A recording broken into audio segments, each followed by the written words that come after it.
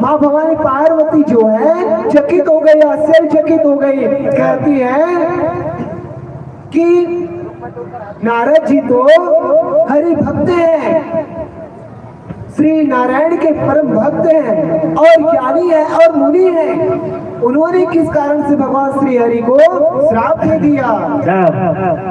कारण कवन श्राप पुनि देना का अपराध रमापति चिन्ना।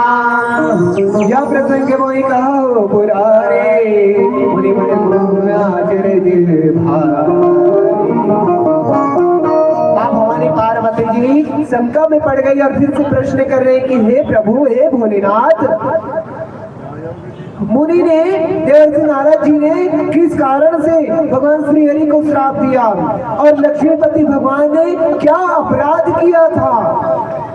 हे त्रिपुरारे, ये कथा मुझसे कहिए और विस्तार पूर्वक कहिए।